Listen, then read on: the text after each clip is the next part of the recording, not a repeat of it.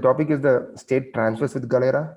So hope we all know what is a Galera cluster and state snapshot transfer or called as the SSTs.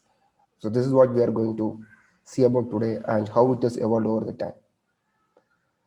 So yeah, this is Gabrish and about him a few things, and he's a AWS community builder also. Recently got his appreciation from the AWS. Yeah. So this is as MyDBOps. What we do the consulting services and the managed database services for the top databases, which includes MySQL, Mongo, and Postgres on premises and two on cloud. And we are a AWS partner also.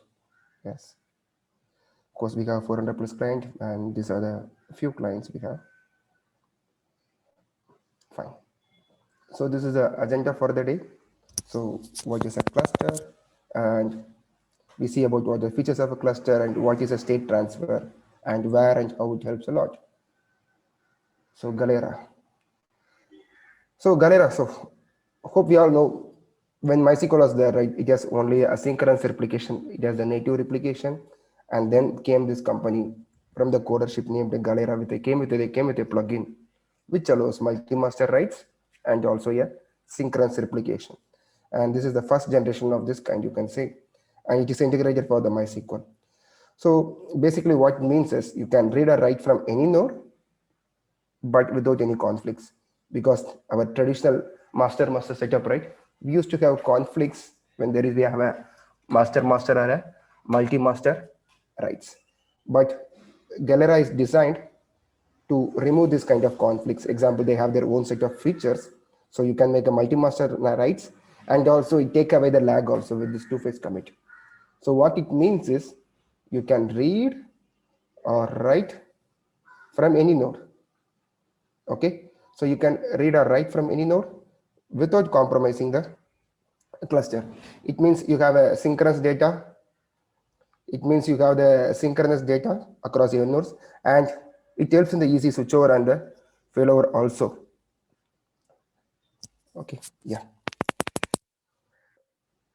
So WSREP. So here the Galera works based on the WSREP, that is the write set replicator. You might have heard this name write set in the MySQL 8.0. So write set replicator is the actual source of which controls the Galera two-phase commits and the things. And also, of course, the write set also needs a certificate-based approach for the replication to ensure the data is received to the other nodes. And that's how it enables a multi-master. Though it is a multi-master solution, it is not prescribed to have a multi-master always. Okay, yeah. And Gabilesh is taking care of it from here now. I'm just stepping away. Thank you. Yeah.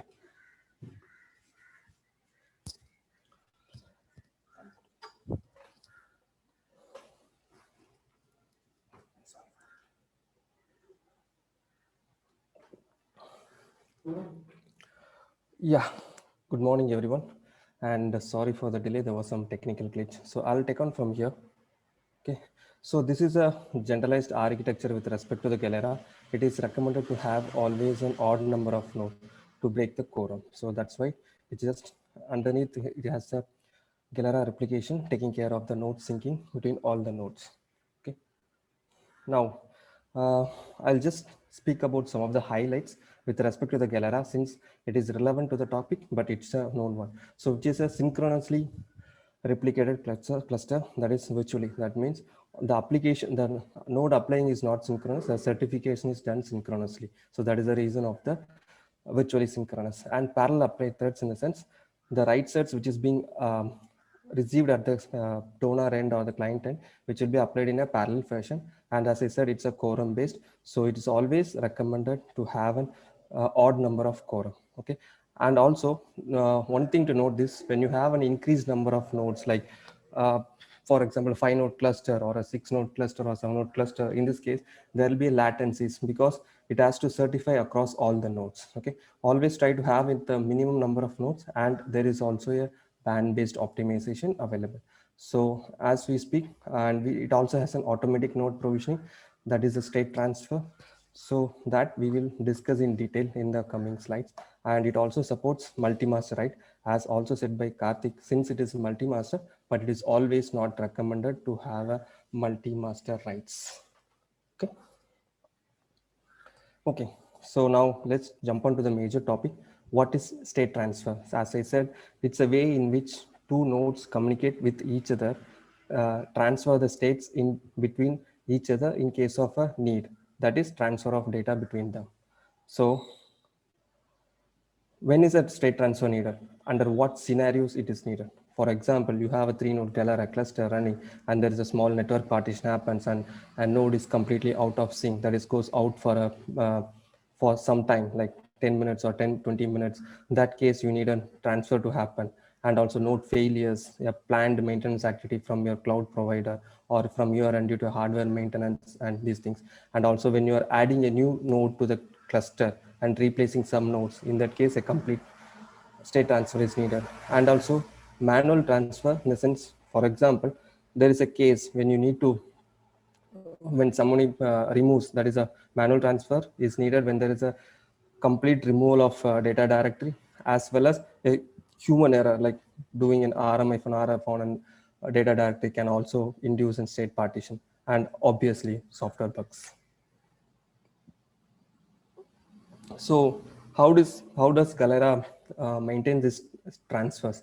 So there are two modes of transfer. That is, as you can see in the slide, that is an IST and SST. So IST, as the name states, is an incremental state transfer. SST is a state snapshot transfer. That is a complete transfer. And these are the ports through which the IST and SST happens. IST port is 4568 and SST port is 4444. So for example, when you're setting up a Galera cluster, you should consider these two ports to be opened across. Yes, obviously there is other ports, that is 4567, that is group communication port, and 3306 default MySQL port. Okay. Now coming towards incremental state transfer, that is IST. As the name indicates, it's an incremental transfer, and it is done via Gcaching. That is, it is similar to a redo log buffer, but Gcache stores the write set. Write set is nothing but an non-conflicting writes grouped together. Okay, so default set of the Gcache is 128 MB, and you need to increase it, like based upon your write set. You can increase it based upon it, and this Gcache will define your IST capabilities when a node joins back. So IST is the fastest and very less intrusive method of joining a node back to the cluster. Okay, so consider a scenario. So we have a three node as shown in the diagram, like the node is down for maintenance or a network partition. So it is down. So it is trying to join back to the cluster. Okay, so it has a state already from which it was out, and it is trying to add back to the cluster. The cluster is running in a different state. That means it has an incremental data. For example, as mentioned in the sequence number, the cluster is running with n plus m sequence. That means it has additional transaction that has come in, and this node, that is the node which is going to join, is having an n transaction. That means it is behind by m number of transactions. So what the joiner node does is it's broadcast its sequence number. That is, my sequence number is X, okay, as stated, and it will get the sequence number from the donors Gcache. So what and it calculates a diff between its current sequence number and the cluster sequence number, that is a donor sequence number, and request for an ISC, that is incremental state transfer. You can see here the next slide. You can see the events. It a request for an IST event and gets the IST event if there is available in the Gcache, and it applies on its own to its own Gcache and syncs to the data partitions and adds back to the cluster. So this is basically the incremental state transfer work. So this sequence number is maintained in each node inside a cluster under GRA state dat file. This file is present under the data directory. Okay, now let's jump on to the state transfer, that is snapshot transfer or a full transfer. So it is a way in which an existing node, that is a donor node, completely transfer its states. That means from the scratch to its joiner node. So these are the different methods of SST method. It is broadly classified into two, that is a physical transfer and logical transfer. Under logical transfer, we have support for MySQL dump. Under physical transfer, we have the RC, which is, or everyone knows about RC. It is a protocol from the OS level to copy the data. And extra backup, it's a non-blocking backup facility from Percona, as well as it supports MariaDB backup, and also clone plugin, so which is latest from 8.0.22. We'll discuss this further. Okay, as the name suggests, the logical transfer, MySQL dump. This is a way in which a complete state is transferred from a donor to a joiner. So hope everyone is aware of the MySQL dump since in this world. So the MySQL dump is a very slow process, and it's a time consuming and resource consuming. So this requires a fully to enable this method. That means when you say go for a MySQL dump, you need a donor node that is active. That means the MySQL should be up and running on the donor as well as the joiner node, and it also needs a root credential to be shared across, because how this dump works is the dump script will run on the donor and pipe its output to the joiner node and syncs back. Okay, so it is great for small set of workload and not recommended to use for workload say greater than 5 GB. Okay, so next comes, we'll say about the physical state transfer. That means it is a complete physical copy of the donor to the joiner node, and it happens uh, through methods such as rsync, as discussed earlier, rsync, extra backup, as well as clone plugin. And this, as it is a physical copy, it depends upon the physical layout, such as the disk and the partition should be same as the donor as well as the joiner, the OS, as well as the even related to the patch versions should be very much closer. Okay, so the next is we'll say about the rsync method. So this is a physical transfer which is completely dependent upon the OS. It doesn't need any your password, that is your DB password, to be embedded to the your CNF file or something like that. So and it has the ability to change the copy process. That is for example, you have a cluster which is running in your local DC, and you have a remote cluster which is running on a different DC which is syncing through a wide area network. So you can use this rsync WAN.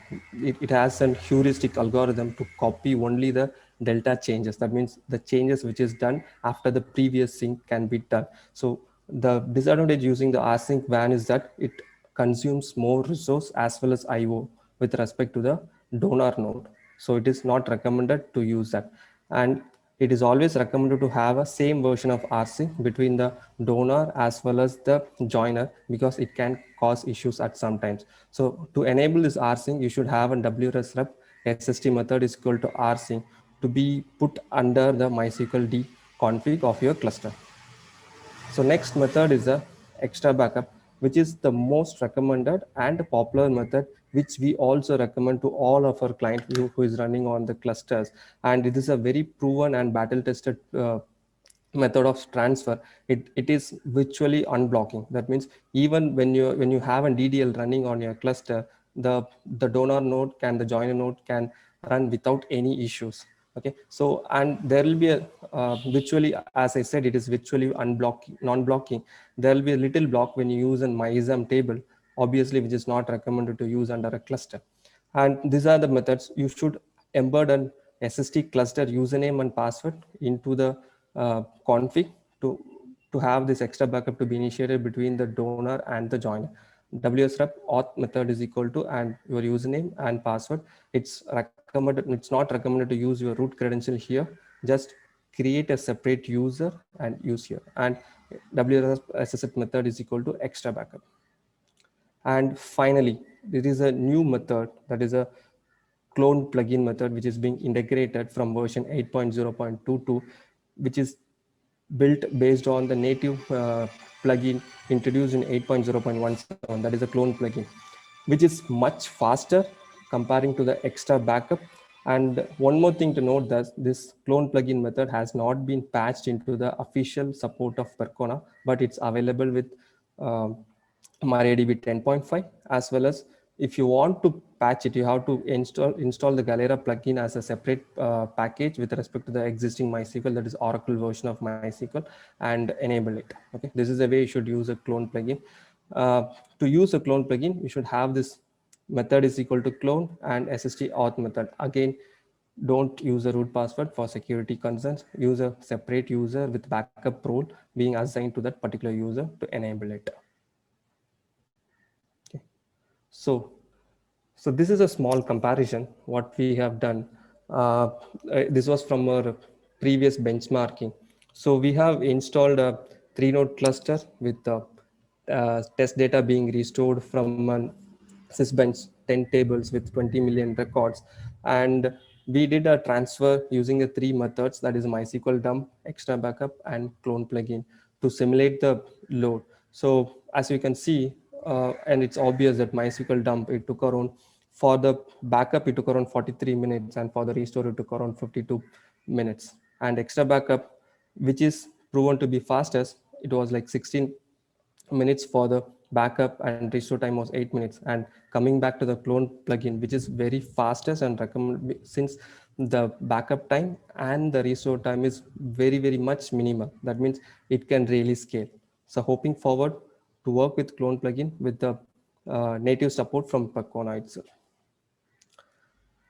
Okay, so this is how your SST method works, because I'll show that the joiner, in the sense, the joiner will be maybe a new node or a node which is completely devastated from its data directory, trying to join back, ask for an SST, that is, I'm not having any data, please provide me a complete state from the cluster. So it assigns a donor. From the donor, next, based upon the that is the SST method, whether it's a rsync, extra backup, or clone, it syncs back the data with its syncs back the data on its own. And after this data is being complete, that means the complete state transfer is completed, it again checks with the cluster and goes for a small ist, that means the changes which is being done onto the cluster when this node transfer was in progress. So it syncs back and joins the cluster to serve the traffic. So this is how a complete state snapshot transfer works. Okay, so this is a total summary of the different SST method what we have seen till now. And you can see that I have listed down the methods under MySQL dump, rsync, extra backup, clone. And based upon the speed, you can see MySQL dump being the slowest, rsync is faster, and extra backup is made as fast. In this case, because rsync uses a less network with when it is comes to the transfer with respect to the change data. Okay, and blocking donor, rsync completely blocks the donor node, and you are not supposed to do, or it will not allow any process like ddl or a concurrent insert happening into the donor node. And node availability, when you're using rsync, the joiner node will not be available. That means it will be in the MySQL under the rsync will be in a down state, and the type is a physical transfer, as same for the extra backup. So as it said, it briefs locally, that means blocks the donor briefly in the sense for a short duration, in case when if you are using a MyXAM table or a non-transactional table. And node availability will be unavailable, that means joiner is unavailable, the type is a physical backup, and that means root access is needed, that means a privilege which is equal to the root to transfer the snapshot. And clone plugin, it is the fastest one, as we have seen the previous benchmark result also. And one disadvantage with the clone plugin is it blocks the donor on a ddl. When you're trying to change a column or add a column, that is blocked on the donor. And node availability, that means the joiner will not be available during the time of the snapshot transfer. And it's also a physical type of SST method. And root access is only for the donor, that is a user which is equivalent to the root to make the transfer possible. Right, I think I have covered all the SST methods. So any questions?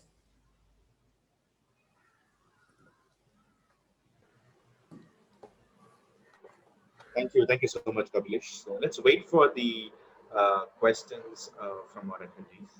Yep, we have a question from Anvin.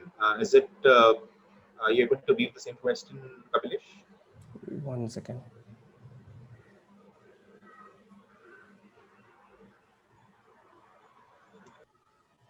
Can you please read me the questions for me?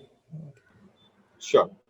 So the question is from Anvin. That is with regards to extra backup users, flush table with read log.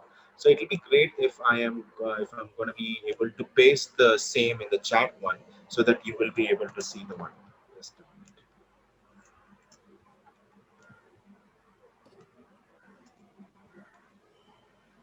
Yes, Kavi, I have pasted the question in the chat.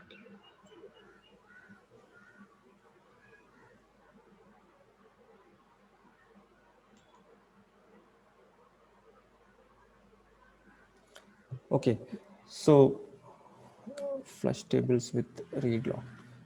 Okay, so this happens when you are using, as I said, this happens when you are using a non-transactional table like a MyZap. So this, as I said, the extra backup will lock for a brief period, that is a short interval at the end. So instead of, by default, it uses a backup lock, which is non-blocking in most of the cases for the transactional database. You might need to check your usage of MyZam tables here.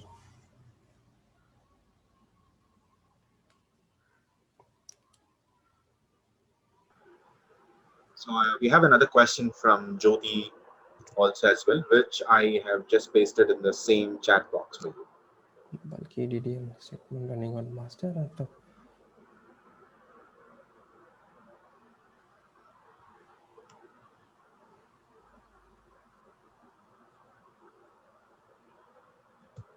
Okay, so the DDL statement, right? So as this is being a network-based cluster, so DDL should be happens in two ways. That is rolling schema updates, and it also has to maintain a total order of insertion across the cluster. So when you do a DDL on a bulk fashion, it can completely choke and lock your systems. That means your cluster system. It is always recommended to have a rolling schema upgrades, or you can use a PT online schema with respect to the upgrade, because the PT online schema does the online change in incremental and a non-blocking fashion. Okay. Hope I answered your question. Thank you, Kamlesh. And we have one more question from Shaps, and that's with regards to any disadvantages of having extra Gcache size. So the major disadvantage I see with the extra Gcache size is it will hold your disk space. Okay, that is a disadvantage, I would say. But having a larger Gcache size can have higher ability of going for an IST. That is the fastest way of syncing. And one more is that from 5.7, I don't exactly remember the patch version, so they have the ability to bring up the Gcache recovery also, so it also helps in recovery.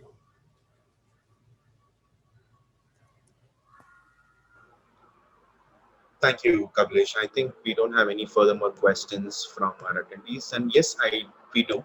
So let me paste the question in the chat option for you. Yeah, sure.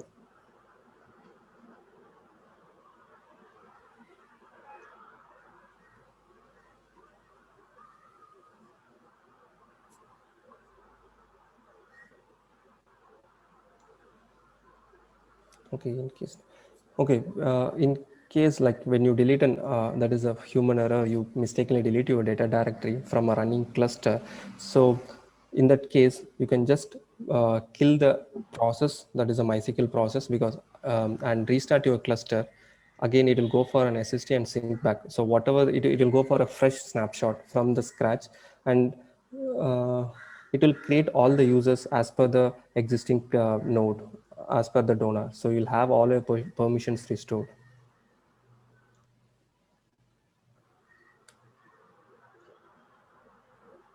Thank you, Kamlesh. Right now, I could see that all the questions have been answered. So let's wait for another couple of minutes Yeah, sure, Sundar. from our attendees.